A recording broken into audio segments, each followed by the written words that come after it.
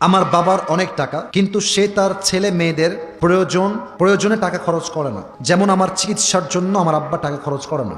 ভাই, আমি ভাবছি সব টাকা তার কবরে দিয়ে দিব।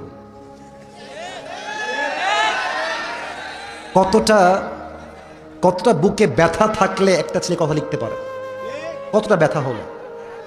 আব্বা জান, আপনি তো আপনার হকের কথা বললে খুব খুশি হন যে আব্বা আম্মার খেদমত করতে হবে।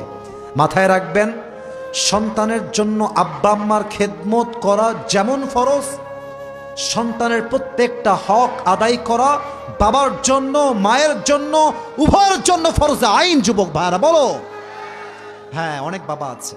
আমার এখনো মনে আছে, আমি আলহামদুলিল্লাহ আপনাদের দোয়া ভালোবাসা, আমি এই ছোট্টবেলায় কোরআনের হাফেজ হয়েছি আলহামদুলিল্লাহ। এবং এটা অনেক ছাত্র তোমাদেরকে দেখলাম, মাদ্রাসার ছাত্র, ইয়াতিমখানার ছাত্র, এই মাদ্রাসার ছাত্র।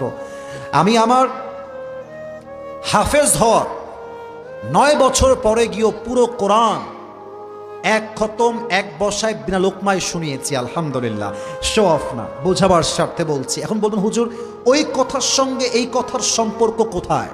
সম্পর্ক আছে। আব্বা আম্মা যখন খরচ দেয়, ছেলের যত্ন নেয়, ছেলে একদিন মানুষের মতো মানুষ হয়।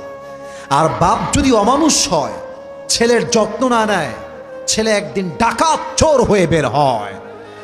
এবং আপনি আপনার সন্তানকে আজকে খরচ দিচ্ছেন না আব্বা জান, একদিন আপনার ছেলে নিজের পায়ে দাঁড়াবে, একদিন সে জিরো থেকে হিরো হবে, একদিন তার চাকরি হবে, একদিন তার বড় ব্যবসা হবে।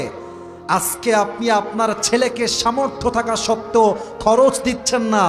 আপনার ছেলে বড় হলে আপনাকে বৃদ্ধাশ্রমে রেখে আসবে। আপনি মানুষের মতো মানুষ হন, তাকে তার হাত খরচ দেন। হতে পারে আপনার সন্তানকে আল্লাহ তাআলা মিজানুর রহমান আজহারি হুজুরের মতো আলেম হিসেবে কবুল করতে পারে, ঠিক কিনা বলে? আল্লাহ আমার প্রিয় আব্বাজানকে এই যে বসো আব্বাজানদেরকে বোঝার তৌফিক দান করুক। পড়েন সবাই আমিন।